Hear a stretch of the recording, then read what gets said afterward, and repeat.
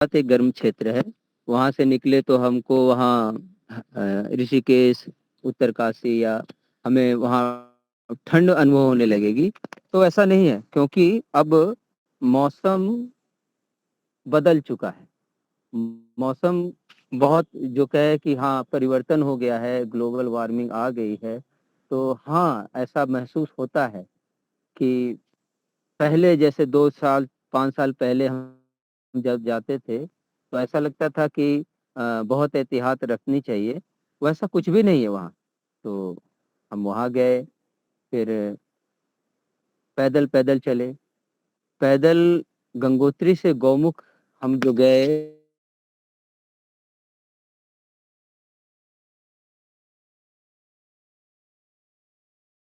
20 kilometre. तो खासकर गौमुख के पास, कि हमें वहां पे एहसास हुआ। तो ये भारत ही है जहां हम गर्मी का भी एहसास कर रहे हैं, ठंडी का भी एहसास कर रहे हैं, और एक ही समय में थोड़ा दूरी जाने पर। और एक चीज कि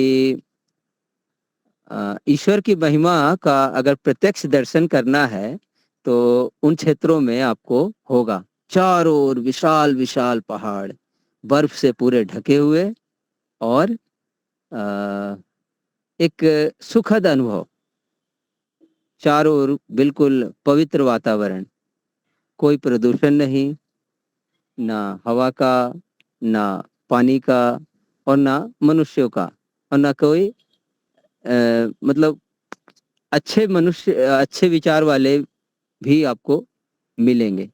मिलेंगे क्या वहाँ पे? सामान्य जन तो है ही नहीं। कुछ साधु संत मिलेंगे, कुछ ऐसे भ्रमणशील लोग। तो अ, बड़ा ही सुखद रहा। और एक दो ऐसे साधु मिले, पौराणिक ही सही, पर बड़े ही पवित्र और श्रद्धा भाव वाले। तो बहुत अच्छा लगा। वहां से हम लोग लौटे तो एक जगह हम लोग रुके, गुरुद्वारा में। एक गुरुद्वारा है ये उत्तराखंड में भी एक श्रीनगर है, जो कि गढ़वाल के नाम से जाना जाता है। तो श्रीनगर उत्तराखंड का, वहाँ हम एक गुरुद्वारे में रुके। तो गुरुद्वारे में भी इतनी श्रद्धा से लोग सेवा कर रहे हैं, खिला रहे हैं, पिला रहे हैं लोगों को, लोगों की व्यवस्था कर रहे हैं। सिखों का एक बड़ा ही प्रसिद्ध तीर्थ है वहाँ पर, हेमकुंड साहिब कहा जाता है। तो हेमकुंड साहिब में आपको वो काफी ऊंचाई पे है। हम वहाँ जा नहीं पाए, अगले बार कभी जाएंगे। तो ये थोड़ा मैंने अपना भ्रमण का विषय ले लिया थोड़ा। तो आइए एक मंत्र से हम थोड़ा सा आज ज्ञान चर्चा करते हैं। अ, यजुर्वेद के 40वें अध्याय का पहला मंत्र। ईशावास्यमिदं सर्वं यत्किंचित् जगत्यां जगत् तेन भुञ्जिथा मा गृध कस्य स्विद्धनम्। ओ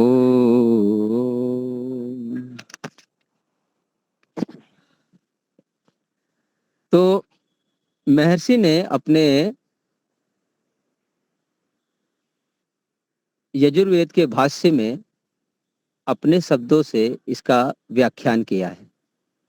अपने जो महर्षि के कुछ वेदों पर स्वयं की किया हुआ भाष्य हमें मिलता है, उसमें यजुर्वेद भी है। और एक सज्जन है जिन्होंने अभी बहुत ही सुंदर एक यजुर्वेद पुस्तक को छपवाया है। उसी से तो उसी से मैं आपको एक इस मंत्र का, जो खुद महर्षि ने भाष्य किया है, उसका भावार्थ सुना रहा हूं। जो मनुष्य ईश्वर से डरते हैं कि यह हमको सदा सब ओर से देखता है, यह जगत ईश्वर से व्याप्त और सर्वत्र ईश्वर विद्यमान है, इस प्रकार तो ईश्वर से डरते हैं। क्यों डरते हैं? क्योंकि वो सदा हमको सब ओर से देखता है। अर्थात ईश्वर सब जगह विद्यमान है, तो सब ओर से हमको देखता है। और यह जगत ईश्वर से व्याप्त है। व्याप्त का मतलब अंदर बाहर ऊपर नीचे चारों ओर। हम 10 दिशाओं का नाम लेते हैं, 4 दिशा ऐसे, फिर 4 कोने उसके, और फिर ऊपर और नीचे। इस प्रकार ईश्वर सर्वत्र विद्यमान है। व्यापक अंतर्यामी परमात्मा का निश्चय करके भी अन्याय के आचरण से किसी का कुछ भी द्रव्य ग्रहण नहीं करना चाहते। वे धर्मात्मा होकर इस लोक के सुख और परलोक में मुक्ति रूप सुख को प्राप्त करके सदा आनंद में रहे। तो ये महर्षि का किए हुआ भाष्य है। कह रहे हैं ईश्वर सब जगह विद्यमान है। ऐसा कोई स्थान है ही नहीं जहां ईश्वर ना हो, या संभव ही नहीं है। जब ईश्वर सब जगह है ही, तो हमें बस इस बात का हमेशा मन में एक भाव होना चाहिए कि ईश्वर हर जगह विद्यमान है। हम कभी कभी भूल जाते हैं या भूले रहते हैं। यही हमारी गलत दिशा में जाने का कारण बनता है। तो ईश्वर सब जगह विद्यमान है। ठीक उसी प्रकार जैसे कोई व्यक्ति हमें हर समय देख रहा हो, सुन रहा हो, जान रहा हो, ऐसा कोई अवसर ही नहीं है जिस समय ईश्वर हमारे सामने हमारे कर्मों को ना जान रहा हो। ईश्वर हर समय हमें जानता रहता है। तो महर्षि ने जो इसका अनुवाद किया कि हम मनुष्यों को ईश्वर से डर कर रहना चाहिए। डर कर रहने का मतलब कि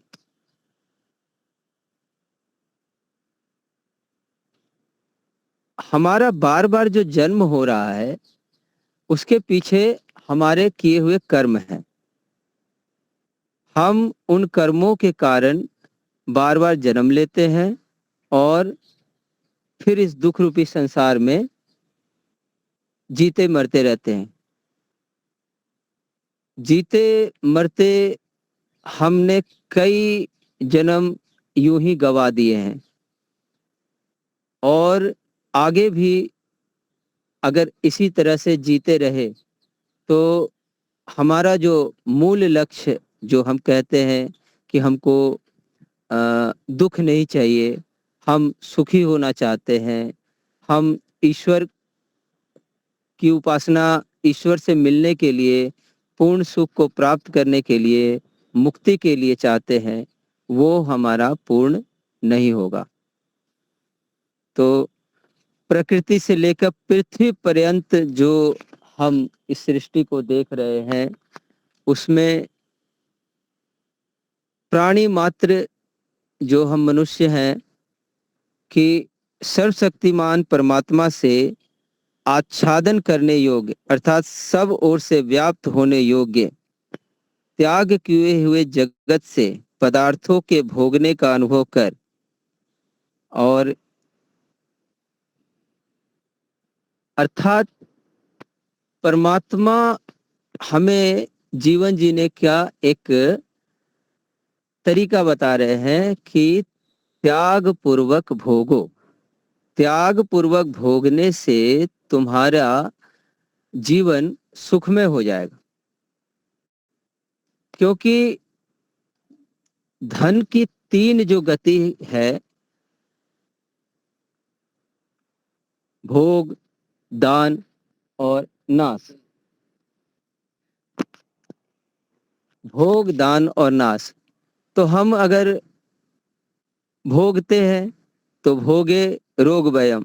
तो त्याग पूर्वक भोगने का अर्थ क्या है कि हम अपनी जरूरत भर रखें और बाकी समाज के उपयोग में डालें। बाकी यदि हम ऐसा नहीं करते हैं, ईश्वर के आदेश का पालन नहीं करते हैं, तो हम नियम को भंग करते हैं और जो हमने बहुत इकट्ठा किया है वो हमारे पाप का कारण बनेगा, क्योंकि वो दान नहीं किया या भोग नहीं किया तो नाश जाएगा, और नाश जाएगा तो हमारे पाप में वृद्धि करेगा। इसलिए माँ गृध कस्य सिद्धनम, यह धन मतलब यह धन किसका है, यह इसको अर्थात इसको लोभ मत करो, और ये धन सब परमात्मा का है, परमात्मा इसका मालिक है, उसी को मालिक मान करके आगे की ओर हम बढ़ते रहें और ईश्वर की आज्ञा का पालन करें, ताकि हम ईश्वर के दृष्टि में अच्छे बने और फिर वेद मार्ग पर चलते हुए हम मुक्ति को भी प्राप्त करें। तो सबका बहुत बहुत धन्यवाद, सबको सादर नमस्ते जी। ओम। बहुत बढ़िया। एक भजन ले सकते हैं, किसी को गाना हो तो, नए व्यक्ति के लिए है।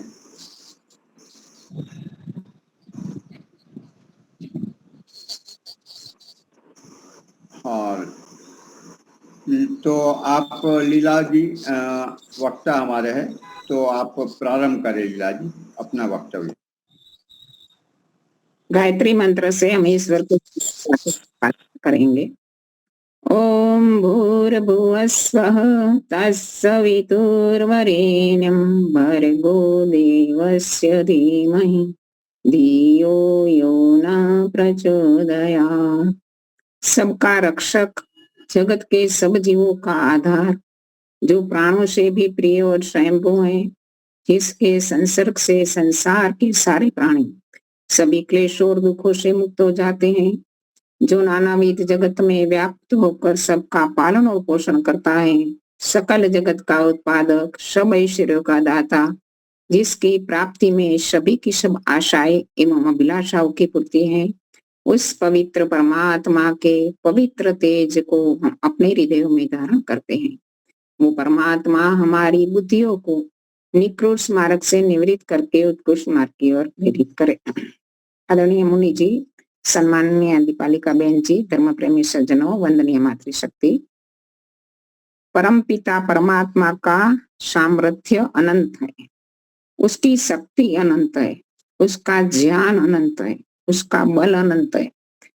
और इस परमात्मा के बारे में जो हम अभी सुन रहे थे, जो सर्वशक्तिमान है, सर्वव्यापक है, उसके अनंत शक्ति और ज्ञान में से एक अंश मात्र ज्ञान से वो अनेकों सृष्टियों की रचना कर डालता है। और अनेकों सृष्टियों में से एक सृष्टि में हमारी पृथ्वी एक तुच्छ भाग कहे ना, हम एक नाना सा छोटा सा भाग है। तो हमारी पृथ्वी बहुत छोटी है। ये अनंत ब्रह्मांड हम देखते हैं कि इतने सौर्य मंडल, इतनी आकाश गंगाएं और ब्रह्मांड इतना बड़ा है, और परम पिता परमात्मा तो इससे भी बड़ा है। उसका ज्ञान बल सामर्थ्य बहुत, जिसका हम अनुमान भी नहीं कर सकते। तो ये हमारी पृथ्वी, अभी जो उत्तम जी बता रहे थे कि अलग अलग स्थानों में घूमे, अलग अलग भौगोलिक वातावरण को देखा, तो हमारी पृथ्वी को हम जब देखते हैं, हम जब आंखों से दृष्टिगोचर करते हैं, तब भी हमें लगता है कि परमपिता परमात्मा की अद्भुत कला है। परमपिता परमात्मा ने इस धरती माता के अंदर क्या नहीं रखा, इतने उत्तम उत्तम खनिज, हीरा माणिक सोना लोहा कॉपर और अनेक प्रकार के तेलीय पदार्थ, पेट्रोल डीजल आदि। तो कई कई देशों तो अपनी खनिज संपत्ति के समृद्ध होने के कारण ही धनाढ्य बने। इतनी खनिज संपत्ति तो पृथ्वी के अंदर है, और पृथ्वी के ऊपर अनेक वनस्पतियां, अनेक प्रकार के वृक्ष, अनेक प्रकार की औषधियां, अनेक प्रकार के फल फूल मेवे लदे हुए। और उसको भोगने वाले असंख्य जीव, जिसमें मनुष्य का क्रम अंतिम है। जैसे हम कहते हैं ना कि 1 से 9 में 9 अंतिम है, इसी प्रकार इन सब प्राणियों में, असंख्य योनियों में मनुष्य सबसे अंत, और मनुष्य की योनि सर्वश्रेष्ठ योनि। और सर्वश्रेष्ठ योनि, आज मैं एक जगह पर जन्मदिन निमित्त यज्ञ के लिए गई थी, तो मैंने बताया कि जन्मदिन मनाने का मतलब क्या है। जन्मदिन ये हमें याद दिला रहा है कि इस सर्वश्रेष्ठ योनि जो हमें प्राप्त हुई है, इसी दिन प्राप्त हुई है, और इसका सार्थक्य, उसकी जो उपलब्धि हमें प्राप्त हुई है, उसके हम क्या करके उसको सार्थक बनाएं, ये सोचना चाहिए। तो परमपिता परमात्मा ने हम मनुष्य को उत्तम श्रेष्ठ योनि में भेजा है। ये हमारे पुण्य कर्मों के कारण, हमारे पिछले कई जन्मों जन्मांतर के पुण्य संचित कर्मों के कारण हमें ये मनुष्य जन्म मिला है, और मनुष्य योनि में हमें श्रेष्ठ कर्म करने चाहिए, उत्तम कर्म करने चाहिए।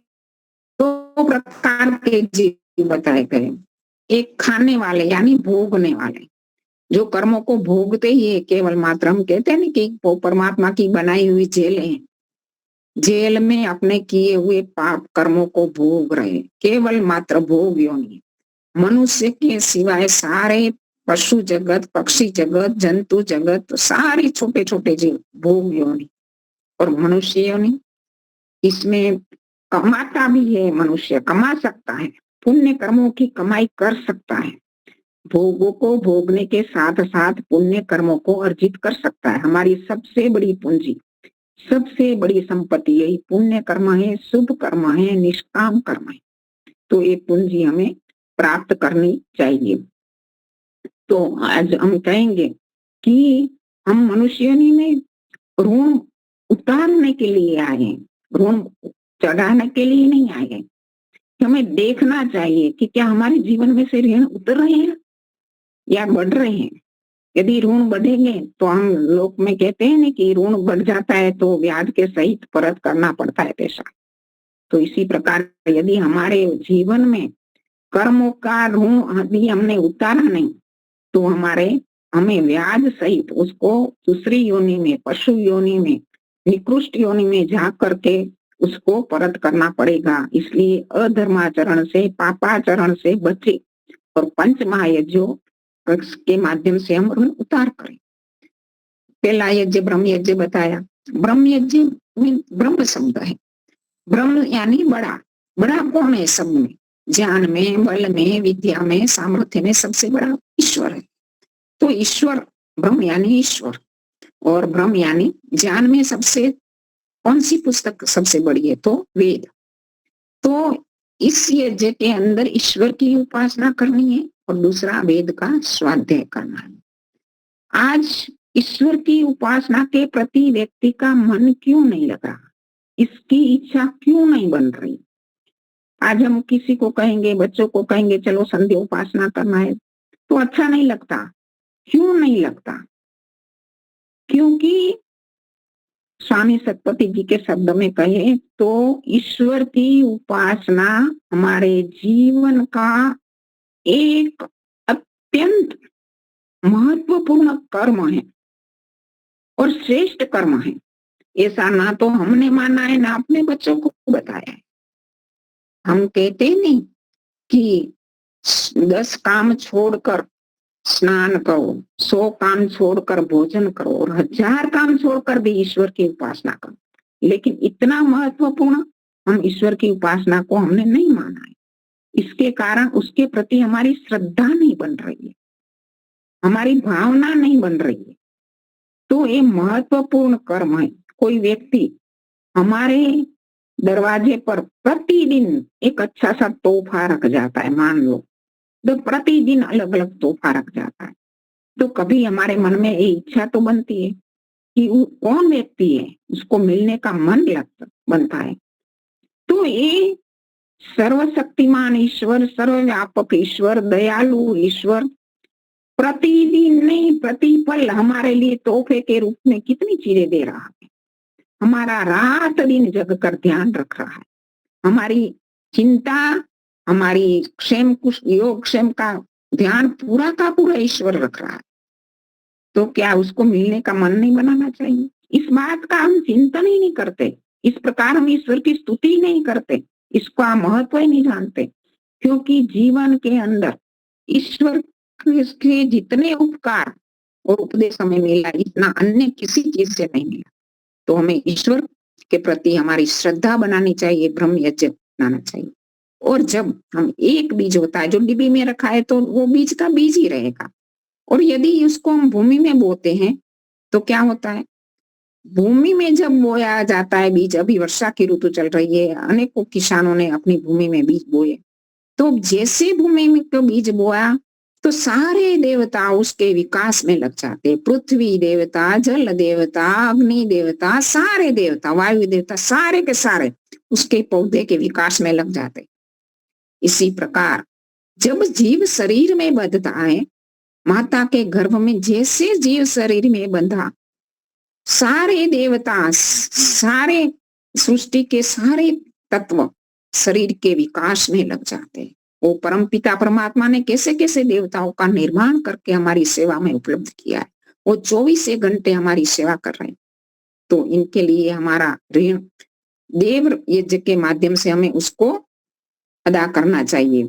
तो इसी प्रकार देव यज्ञ में भी हमें प्रतिदिन करना चाहिए। ऐसे तो बताया गया कि प्रतिदिन भी दोनों टाइम करना चाहिए। तो अभी इसमें एक संवाद है कि जनक, पहले के राजा लोग बड़े बड़े यज्ञ करते थे। इसमें एक श्रेष्ठ उदाहरण जनक राजा का है। जनक राजा भी बहुत आध्यात्मिक पक्ष था उसका, इतना राज्य वैभव ऐश्वर्य होने के बावजूद वो राजा एक आध्यात्मिक एक व्यक्ति तरीके रूप में जीते थे। सारे भोग वैभव में बीच में रहते हुए वो अलिप्त थे इससे, मान लो ऐसे जीवन जीते थे, और अनेकों ऋषियों को आमंत्रित करते थे और अनेकों समय आध्यात्मिक चर्चा भी, धर्म चर्चा करते रहते थे। तो उन्होंने याज्ञवल्क्य ऋषि को पूछा कि क्या तुम यज्ञ के तत्वों को जानते हो? तो उन्होंने कहा हाँ जी।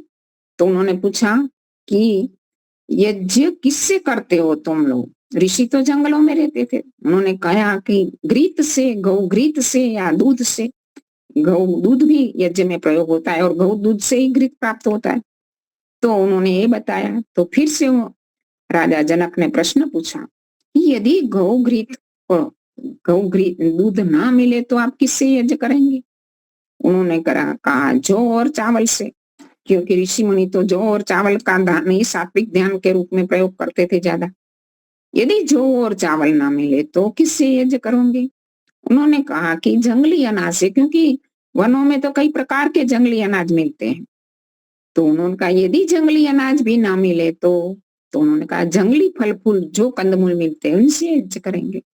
यदि वो भी ना मिले तो उन्होंने कहा जल से यज्ञ करेंगे। यदि जल भी ना मिले तो उन्होंने कहा कि सृष्टि की शुरू में कुछ भी नहीं था, केवल सत्य में श्रद्धा की आहुति देंगे। सत्य और श्रद्धा अंतिम है। हमारे अंदर सत्य में श्रद्धा बनेगी तब जाके हम इस यज्ञ को सार्थक कर पाएंगे। हम बहुत कुछ सत्य को जानते हैं, हम वैदिक धर्मी तो क्या नहीं जानते, हमारा ज्ञान तो बहुत बड़ा है, बहुत प्रवचन सुनते हैं, बहुत पढ़ते हैं, बहुत स्वाध्याय करते हैं। सत्य क्या है, असत्य क्या है, हम सब कुछ जानते हैं। तो ईश्वर का सत्य स्वरूप क्या है हम जानते हैं, सर्वव्यापक है, सर्वशक्तिमान है। अभी उत्तम जी ने बताया कि सर्वव्यापक मानते हुए भी हम उसको हमारे अंग संग मानते हुए भी कितने बुराइयां, कितने दुर्गुण अपने अंदर पाल रखे हैं, कितने बुरे कर्म हम कर रहे हैं। ऐसा क्यों हो रहा है? क्योंकि ये वैदिक सिद्धांत में, वेद के वाक्यों में हमारी श्रद्धा कमजोर मानी जाएगी। जब हमारी श्रद्धा बन जाएगी तब जाके हम वो कार्य नहीं करेंगे। एक आर्यवन में उत्सव के समय एक बेटी आई, अभी शादीशुदा थी, अभी भी शादी हुई थी। तो उनका कुछ इष्ट देव थे, अपने हाथ में लेकर घूमती रहती थी। मुझे बहुत ये लगा कि ये हम आर्य सिद्धांतों में तो हमें ऐसी कोई मूर्ति आदि देवता को, इष्ट देव को लेकर घूमना, ये तो इससे विपरीत बात है। कोई पौराणिक परिवार से होगी, तो घूमती रहती थी। और जब भोजन के लिए गई तो भी अपने साथ गई, लेकर गई। तो वो मान रही थी कि अपने इष्ट देव को अपने से कभी अलग ना करना, न भोजन करने से पहले उनको भोजन खिला के ही करूंगी। मैंने कहा कि इसको एक और रख दो, अभी भोजन कर लो, कि नहीं, उनका मुंह पड़ गया। तो ये श्रद्धा की बात है। वो श्रद्धा गलत स्थान में थी, सत्य में नहीं थी, फिर भी श्रद्धा थी। और हमारे अंदर सत्य जानते हुए श्रद्धा नहीं बन रही। हम अपने देवताओं को आहुति देने से पहले भोजन कर लेते हैं, यज्ञ करने से पहले भोजन कर लेते हैं। प्रतिदिन कहा गया है कि यज्ञ शेष का ग्रहण करो, पंच महायज्ञ करके, जैसे कहा कि ब्रह्म यज्ञ करना है, देव यज्ञ से आहुति देने के बाद पितरुओं को, बड़े बुजुर्गों को भोजन कराना है, अतिथियों को कराना है, घर में जो सेवक है, कुत्ते आदि हैं, उन सबको देने के बाद जो बचता है वो यज्ञ शेष कहता है, उसको हमें ग्रहण करना है। हमारी श्रद्धा कहाँ बनी? नहीं बनी। हम क्या ऐसा करते? तो ये कितनी बड़ी बात है कि हमारी श्रद्धा कितनी कमजोर है। हमारी श्रद्धा कमजोर होने के कारण हम वैदिक सिद्धांतों के प्रचार में पीछे रह जाते हैं। यदि हम भावपूर्वक, श्रद्धा पूर्वक, विधि विधान पूर्वक जो कार्य पंचमा यज्ञ करेंगे तो उसके संस्कार हमारे अंदर बनते हैं। तो कहते हैं ना कि जो संस्कार बनते हैं ना, आहुति हम डालते हैं यज्ञ में, वो आहुति तो सूक्ष्म बनकर वायुमंडल में फैल जाती है। उसके परमाणु, वायु के परमाणु के द्वारा एक स्थान से दूसरे स्थान, यहाँ तक सूर्यलोक तक पहुंच जाती है, ऐसा बताया गया। जैसे कोई महात्मा प्रभु आश्रित की पुस्तक में पढ़ रही थी, तो बहुत अच्छी एक उदाहरण दिया उन्होंने कहा कि एक व्यक्ति अपने रखेल के पास सोया हुआ था, बेबिचारी कोई व्यक्ति होगा। तो जब उसके शत्रुओं को पता चला तो उनको मार डाला। तो अभी उनका तो प्राण पखेरु उड़ गया, लेकिन वो स्त्री थी, वो उसमें कुछ बचा था जीव। तो उस समय उसको पूछा गया कि आपको किसने मारा? उसने नाम बताया कि गंगाराम। तो फिर गुना शोधक कार्य में वो कुत्तों का प्रयोग किया जाता है, कुत्तों को लाया गया।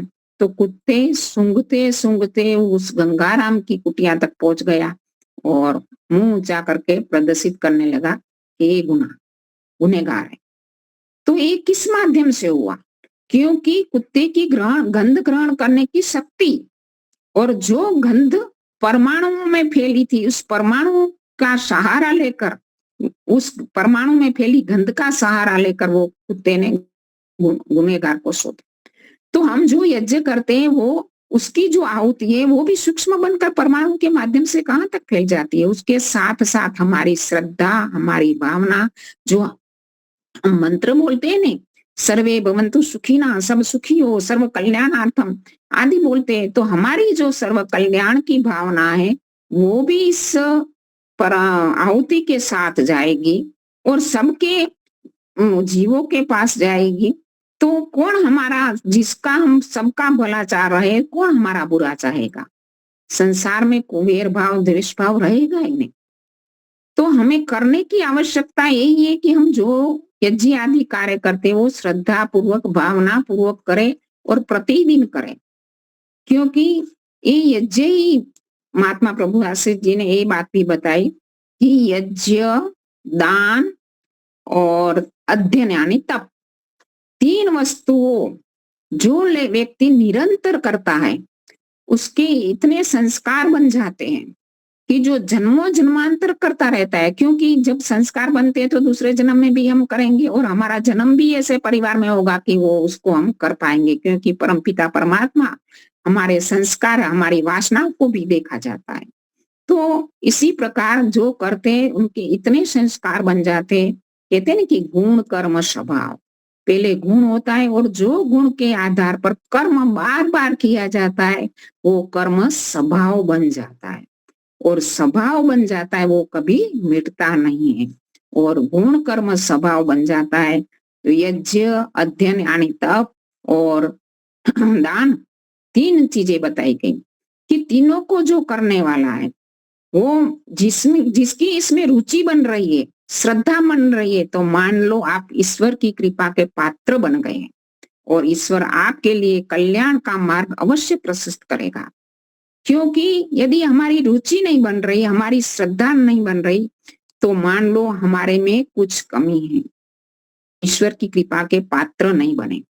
जब हम ईश्वर की कृपा के पात्र बन जाएंगे तब ये 3 कार्य करने में हमें कभी पीछे नहीं रहेंगे।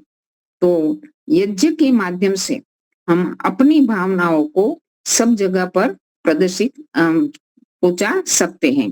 और अग्नि कैसी है, उपनिषद में एक कथा है कि अग्नि एक बार उत्पन्न होकर सबको जलाने लगी, वो सब जगह फैलने लगी, क्योंकि अग्नि का स्वभाव है थोड़ी देर में कोई चीज जलती है ना तो टाइम नहीं लगता पूरा भस्म करने में। जंगलों में जब दावानल होता है, जो लकड़ियां घिसती हैं, इसमें जब अग्नि प्रकट होती है तो जंगल के जंगल भस्मीभूत हो जाते हैं। अभी अमेरिका में कई बार आता है ना, कैलिफोर्निया के जंगल, फलाने जंगल कई दिनों से जल रहा है, वो उसको बुझाना भी बड़ा मुश्किल कार्य हो जाता है। तो अग्नि का स्वभाव है कि बहुत फैल जाती है। तो अग्नि फैलने लगी तो मनुष्य ने हाथ जोड़कर करबद्ध प्रार्थना की उसको सीमित करने के लिए। तो अग्नि ने क्या उत्तर दिया है, समझाने के लिए कथानक होती है, लेकिन बहुत उत्तम कथानक होता है। तो अग्नि ने कहा कि तू मुझे इस लोक में धारण कर, यानी तू मुझे इस लोक में धारण कर तो मैं तुझे परलोक में धारण करूंगी। यानी इस लोक में धारण करा, यानी तू यज्ञ ध्यान द्वारा दीप प्रकट करके तू मुझे यज्ञ कुंड में स्थापित कर, ये अग्नि को धारण करना है। क्योंकि यदि हम अग्नि को यज्ञ कुंड में स्थापित करेंगे तो अग्नि क्या होगा, मर्यादित हो जाएगी, सीमित स्थान में आ जाएगी, एकदम फैलेगी नहीं। तो अग्नि को मर्यादित होती है तो क्या होता है, बहुत उपयोगी हो जाती है, क्योंकि इसमें डाली हुई कोई भी चीज सहस्त्र गुना होकर वायुमंडल में फैल जाती है।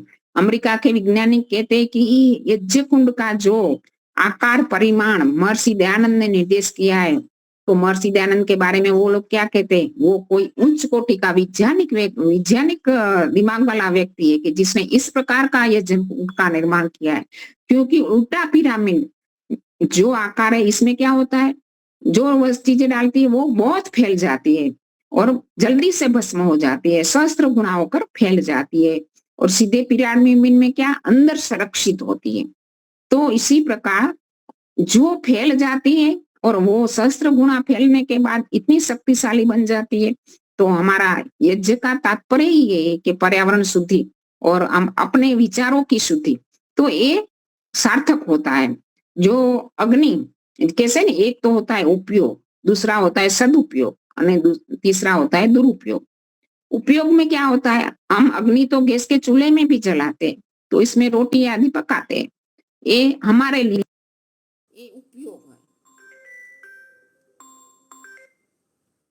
होता है। और दूसरा होता है दुरुपयोग। दुरुपयोग यानी जो बहुत फैल जाती, जैसे दिवासली में अग्नि है, यदि दिवासली से हम दीप प्रकट करते हैं तो वो सदुपयोग है, मर्यादित हुआ। यदि दिवासली से कोई घास की गंजी में डाल दे तो वो अग्नि फैल जाएगी, वो दुरुपयोग हुआ। और यदि यज्ञ कुंड में अग्नि स्थापित करेंगे तो इससे एक को नहीं हजारों को फायदा होगा, तो वो क्या हो गया, सदुपयोग हो गया। तो अग्नि मनुष्य को ये कह रही है कि तू मुझे इस लोक में धारण कर, मैं तेरा परलोक सुधार दूंगी, यानी परलोक में भी तुझे यज्ञ करता के घर में जन्म मिलेगा और तू यज्ञ करता रहेगा, क्योंकि तेरा कर्म तेरा स्वभाव बन जाएगा और स्वभाव तुझे तेरा परलोक सुधार देगा। तो हमें यज्ञ करना चाहिए और श्रद्धा पूर्वक करना चाहिए, क्योंकि स्वभाव हमारा बन जाता है तो हमारा जीवन यज्ञमय बन जाता है। और तप कहा तो तप में तो बहुत सारी चीजें होती है। तप में होता है कि हम कहते हैं ना कि सामान्य रूप से मान अपमान ठंडी गर्मी सब कुछ सहन करना तप है, तो न्याय पक्षपात रहित आचरण करना तप है, सत्य बोलना तप है। सत्य को तो इतना उसकी कीमत बताई गई कि अश्वमेघ यज्ञ को एक तुला में रखे और सत्य को एक तुला में रखे तो सत्य का पलड़ा भारी हो जाएगा। सत्य का इतना हम कहते हैं ना कि साच बराबर तप नहीं, झूठ बराबर पाप नहीं, साच बराबर साच बहुत बड़ा पुण्य है, सत्य बोलना बहुत बड़ा पुण्य है। महर्षि दयानंद को सत्य बहुत प्रिय था, इसलिए कभी भी असत्य के साथ समाधान नहीं किया। और हमें शास्त्रों को पढ़ना, स्वाध्याय करना भी एक बड़ा तप है। इसे पिछले दिनों हम आर्यवन में कुछ दिनों रुके थे, तो आचार्य दिनेश जी ने यज्ञ के बाद के प्रवचन में बताया था कि यदि एक व्यक्ति मुलायम सैया पर सोया हुआ है, शाही भोजन किया हुआ है, फरसाण मिष्टान आदि का, और फिर भी यदि वो स्वाध्याय कर रहा है तो कहा गया कि तप कर रहा है। तो स्वाध्याय का इतना महत्व बताया गया है हमारे जीवन में, क्योंकि स्वाध्याय से क्या होता है, हमारे शुभ विचार स्थिर बनते हैं। स्वाध्याय करते समय हमारे मन में क्या शुभ विचार आते हैं, अच्छे विचार आते हैं, सात्विक गुण उभरता है। यदि हम उसी समय आया, बाद में जब हम छोड़ देते हैं कई दिनों तक, तो वो विचार स्थिर नहीं रहता, निकल जाता है। यदि प्रतिदिन करेंगे हम, तो वो विचार स्थिर बना रहता है।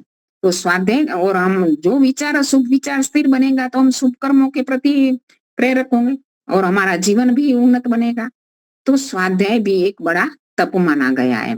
तो ये तप और दान, दान के बारे में तो बहुत अच्छा बताया है कि जैसे कहते हैं ना हम श्रीयादेयम, श्रीयादेयम यानी श्रद्धा से दो, है ना, श्रद्धयादेयम श्रद्धा से दो। यदि श्रद्धा, आप कोई भी चीज दे रहे हैं तो पूरी श्रद्धा से, पूरी भावना से दो, व्यक्ति को श्रद्धा पूर्वक भाव से दो, देना पड़ रहा है इसी भाव से नहीं। और अश्रद्धयादेयम, यदि श्रद्धा नहीं बनी तो भी देना चालू रखो, क्योंकि हमारा स्वभाव कैसा है, रजोगुण तमोगुण से प्रभावित भी होते हैं हम। सात्विक गुण होता है तो हमारी देने में श्रद्धा बनती है, और जल्दी से जो तामसिक गुण आ गया तो हमारी देने में श्रद्धा नहीं बनेगी। लेकिन फिर भी आप देते रहेंगे तो एक अभ्यास बन जाएगा देने का, और वो ये अभ्यास कभी ना कभी आपके अंदर उसके प्रति श्रद्धा उत्पन्न करेगा।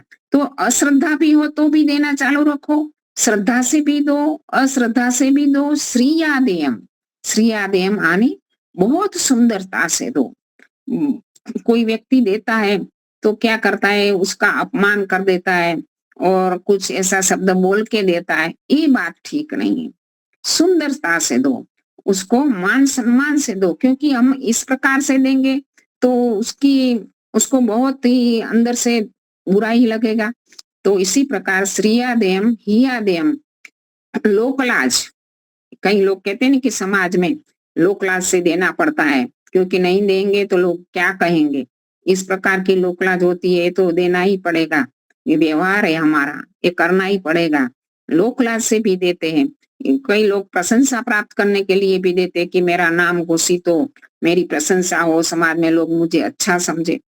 ना देने से अच्छा है कि वो इसी प्रकार से भी दे। और आगे बताया कि भियादेयम, भय से दो। कोई कहता है कि नहीं दोगे तो वो आपको पाप लगेगा, देना बड़ा पुण्य का काम है, पाप के भय से भी व्यक्ति देता है तो अच्छा है।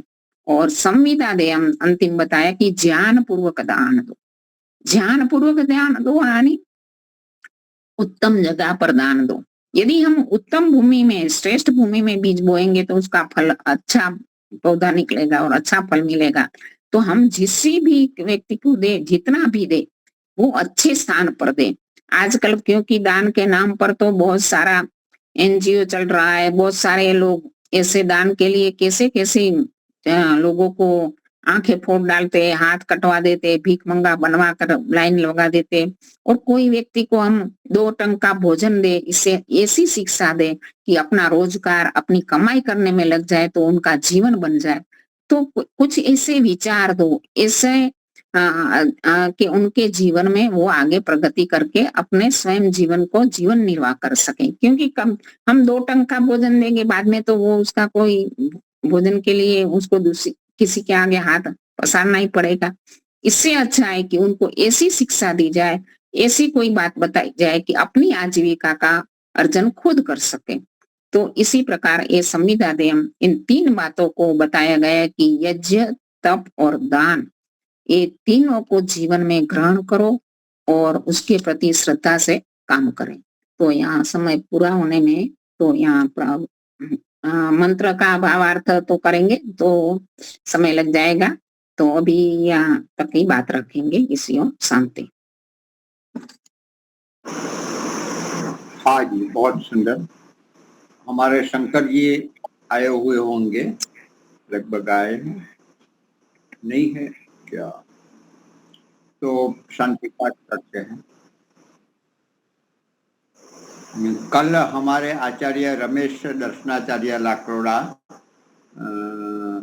तो उनका प्रवचन रहेगा उपदेश मंजरी पर, तो आना है सभी को। दूसरा, वृष्टि यज्ञ भुज में हो रहा है, तो अपने माननीय राज्यपाल श्री भी वहाँ उद्घाटन में 25 तारीख को आ रहा है। मैं और हमारे हरीश्वरानंद स्वामी जी दोनों हम जा रहे हैं। आने जाने का रिजर्वेशन निश्चित हो गया, कंफर्म हो गया, तो जाना चाहिए। इतना बढ़िया काम हो रहा है, वर्षों से कर रहे हैं, लाखों रुपया लगा रहा है, पसीना निकाल के कितना पुरुषार्थ करते हैं, और ऐसा एक बार देखना चाहिए, बार बार देखना चाहिए, एक बार से नहीं होता, और औरों को भी प्रेरित करना चाहिए। शांति पाठ। ओम यौ शांतिरंतरिक्षं शांति पृथ्वी शांतिरापः शांतिरौषधयः शांतिः वनस्पतयः शांतिर्विश्वे देवा शांतिर्ब्रह्म शांतिः सर्वं शांति शांतिरेव शांतिः सामा शांतिरेधि। ओम शांति शांति शांति। सर्वेभ्यो नमः। सबको सादर नमस्ते। नमस्ते सबको। सब श्रेष्ठ पुरुषों की जय। बस हो गया। बहुत धन्यवाद। धन्यवाद माता जी, धन्यवाद।